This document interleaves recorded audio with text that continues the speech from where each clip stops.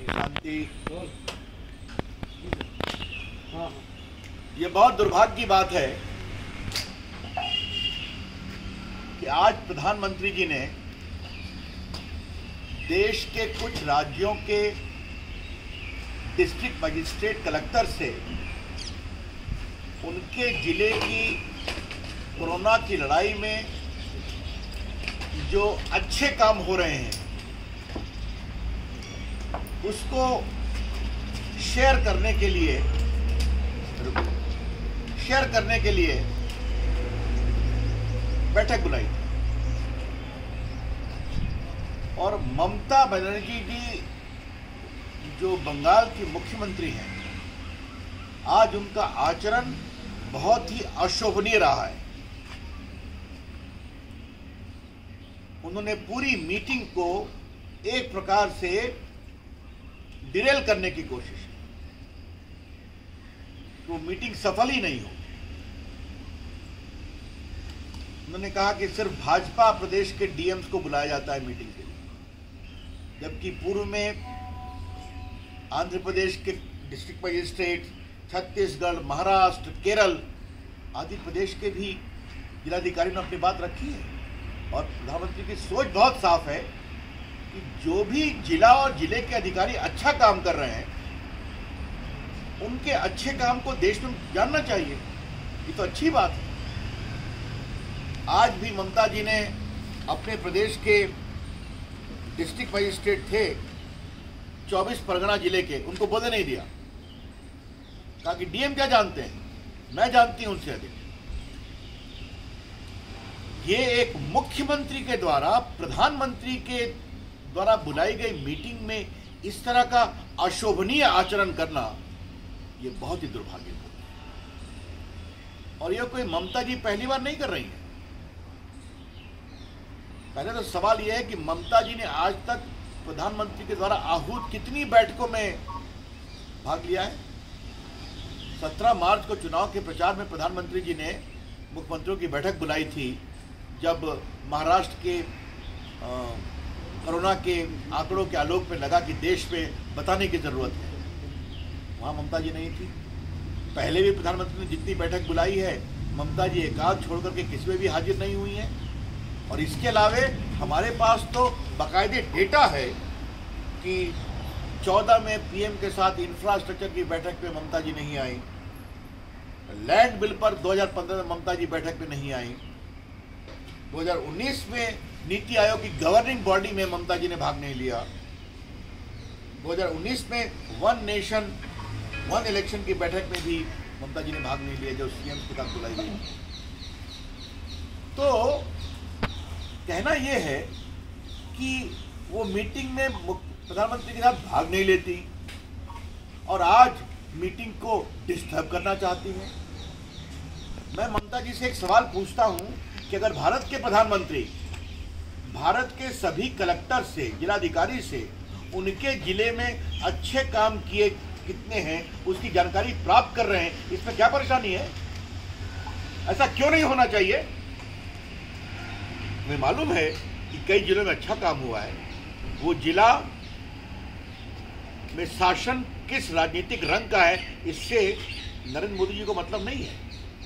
Best practices कहीं भी हो, उसका सदुपयोग होना चाहिए।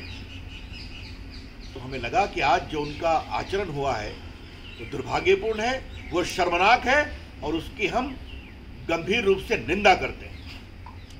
आज जब कोरोना की लड़ाई में देश एकजुट कर लड़ना चाहिए, लगना चाहिए, और प्रधानमंत्री जी रोज मेहनत करते हैं उसके लिए, देश के लोगों से चर्चा करते हैं, समाज से करते हैं, अधिकारियों से करते हैं, डॉक्टरों से करते हैं, मुख्यमंत्रियों से करते हैं, उद्योगपतियों से करते हैं, उस समय इस तरह का आचरण ये बहुत पीड़ादायक है। इसलिए मुझे लगा कि इस विषय को रखना चाहिए। हम इतना ही कहेंगे कि अभी भी समय है कि हम राजनीति से ऊपर उठकर कम से कम एक स्वर में जनता की चिंता तो करें।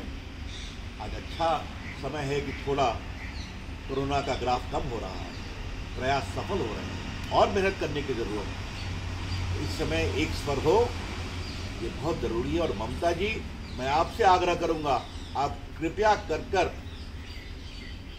अपने कॉन्शियस में झांक कर देखें कि आपने जो आज आचरण किया है वो उचित है क्या। तो किसी मायने में लोकतांत्रिक शासन में मर्यादित आचरण नहीं। इंग्लिश में ही बोलना है क्या? इंग्लिश में बोलना distress on democratic governance of the country. Prime Minister Narendra Modi has been repeatedly engaging himself with various stakeholders to improve the pro-COVID containment exercise in the country. And in that process, he is also engaging with various district magistrates of different states to know the best practices undertaken by a collector in his district. And this is being done by all the states of the country. Today was a meeting of few states including Bengal, and Srimati Mamata Banerjee sought to interrupt that meeting, that the chief ministers are only made to listen, and she did not allow the district magistrate of 24th Pargana to share his views about what best practices he has undertaken. She was completely wrong, because in the earlier meetings, DMs for the state of Maharashtra, Kerala, Andhra Pradesh, Chhattisgarh have also participated. And what is the harm if the PM wants to know the best practices of all the collectors of India as to what they are doing, so that it can be replicated elsewhere? This behavior is shameful, is condemnable, and least expected from the chief minister of a big state in a meeting called by the Prime Minister, when the entire country needs to speak in unison in the fight against COVID. But nothing better can be expected from Mamata ji. She rarely attends a meeting which Prime Minister Narendra Modi calls. On the 17th March, when the PM called a meeting in the wake of surge of corona, keeping in mind Maharashtra data, she did not attend the meeting. She has not attended a meeting earlier also, be it one rank, one pension, be it on the land bill, be on infrastructure, or the governing body meeting of NITI Aayog. You don't attend meeting, that is entirely your call. But to come in the meeting and seek to derail the meeting is very, very unfair.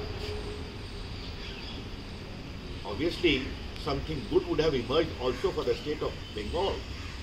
Therefore, I would only say, when the country needs to speak in one voice, today's behavior of Mamata ji is something which we deeply regret and strongly condemn.